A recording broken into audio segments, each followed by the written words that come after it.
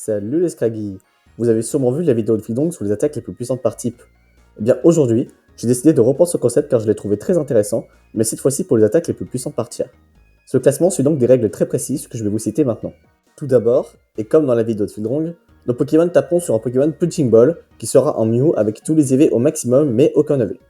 Ensuite, nos Pokémon lanceront leur attaque dès le premier tour. Il n'y a donc aucun tour de préparation, tous les dégâts sont calculés en fonction de ce premier tour. Ensuite, je ne précise pas car ce sera tout le temps la même chose, mais tous les dégâts sont calculés pour un Pokémon avec les EV et IV au maximum, et une nature qui augmente sa stat offensive. On leur mettra aussi systématiquement un bandeau choix ou les lunettes choix en fonction de s'ils tapent sur le physique ou sur le spécial. Voyons maintenant quelques petites précisions au niveau des tiers. Déjà, notre top sera dans l'ordre croissant, c'est-à-dire qu'on verra les 5 tiers officiels de Smogon en partant du PU et jusqu'à l'Uber. Ensuite, je considère qu'un Pokémon Borderline fait partie du tiers supérieur. Je m'explique. Prenons par exemple Dimoré, qui est UUBL, c'est-à-dire Underuse Borderline. Il a trop peu d'usage pour être en Overuse, mais il est banni de l'Underuse à cause de sa surpuissance pour le tiers. C'est pour ça qu'il se retrouve donc en Borderline. Or, dans ce top, je considérerais Dimoré comme étant un Pokémon Overuse et non BL, car il n'existe pas vraiment de tiers BL. Enfin, une dernière précision, pour qu'un Pokémon ait l'attaque la plus puissante du tiers, il doit appartenir au tiers. Ça paraît débile, mais vous allez voir, quelquefois certains Pokémon d'un tiers inférieur frappent plus fort que tous les autres Pokémon du tiers supérieur. On n'aura donc pas le droit de les prendre en compte dans nos calculs. Par exemple, si un Pokémon Underuse frappe plus fort que tous les autres Pokémon de l'Overuse, alors on va pas faire doublon et on ne le considérera pas comme le Pokémon qui frappe le plus fort de l'Overuse. Vous suivez? Dans tous les cas, vous allez vite comprendre, vous verrez, ce n'est pas très compliqué. Enfin, petit disclaimer avant de commencer, mais ce n'est pas impossible que je vous sois trompé, donc si c'est le cas, je vous invite à m'en faire part dans les commentaires et à me corriger. Commençons donc sans plus tarder avec le tiers le plus bas de tous, le PU.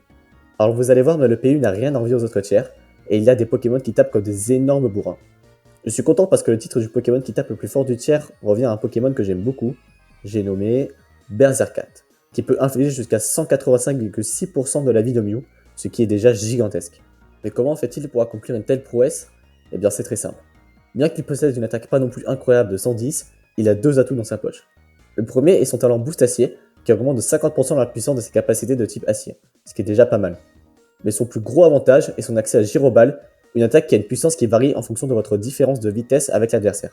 En gros, plus l'adversaire est rapide que vous, plus la puissance de base de Gyroball est élevée, avec un maximum de 150. On considère donc pour nos calculs que Gyroball est au maximum de sa puissance. Avec ces deux choses combinées, Berserkat, le Pokémon tout nul que tout le monde a déjà oublié, est tout simplement un des Pokémon qui tape le plus fort du jeu.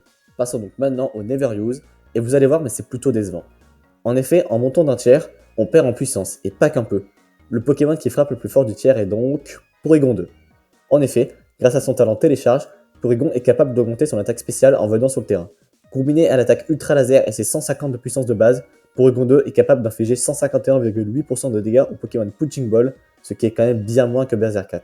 Pour le coup, je suis plutôt curieux de savoir si je me suis trompé ou pas, parce que la différence avec le PU me paraît quand même plutôt grande. Alors si vous trouvez un Pokémon en Everuse qui frappe plus fort que lui, n'hésitez pas à me le dire en commentaire.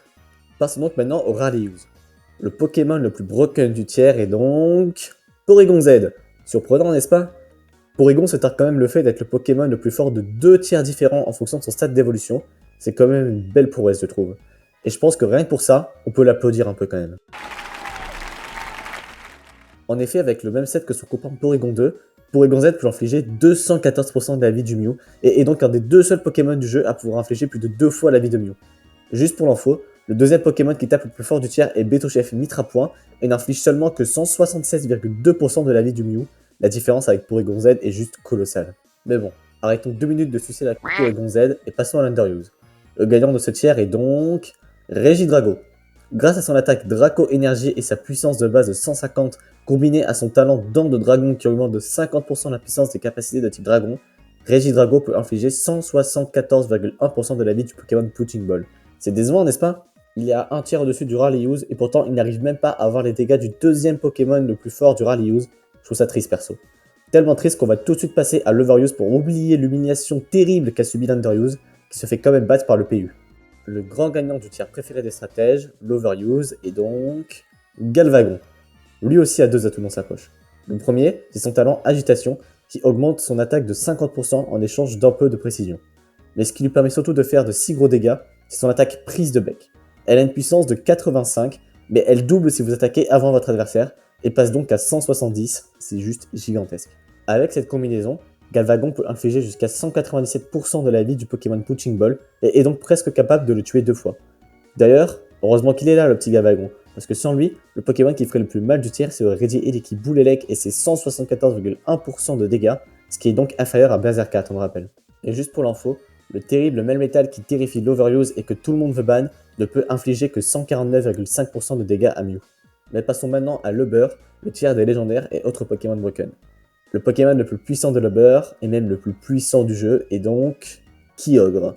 Grâce à son talent qui invoque la pluie et son attaque gicle d'eau et sa puissance de base de 150, Kyogre peut infliger 232,2% de dégâts au Pokémon Punching Ball, et est donc le deuxième Pokémon avec Porygon qui est capable d'infliger 2 fois sa vie.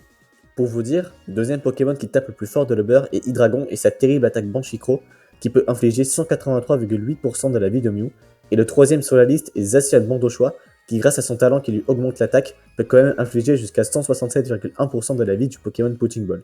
Ça reste quand même moins que Berserkat, mais bon. Bon voilà, cette vidéo est déjà terminée. J'espère sincèrement qu'elle vous a plu parce qu'elle était vraiment cool à réaliser pour le coup. Si c'est le cas, n'hésitez pas à mettre un pouce bleu et à vous abonner, mais surtout à me dire en commentaire si vous voulez plus de vidéos de ce type. C'est tout pour aujourd'hui, bisous les Scraggy.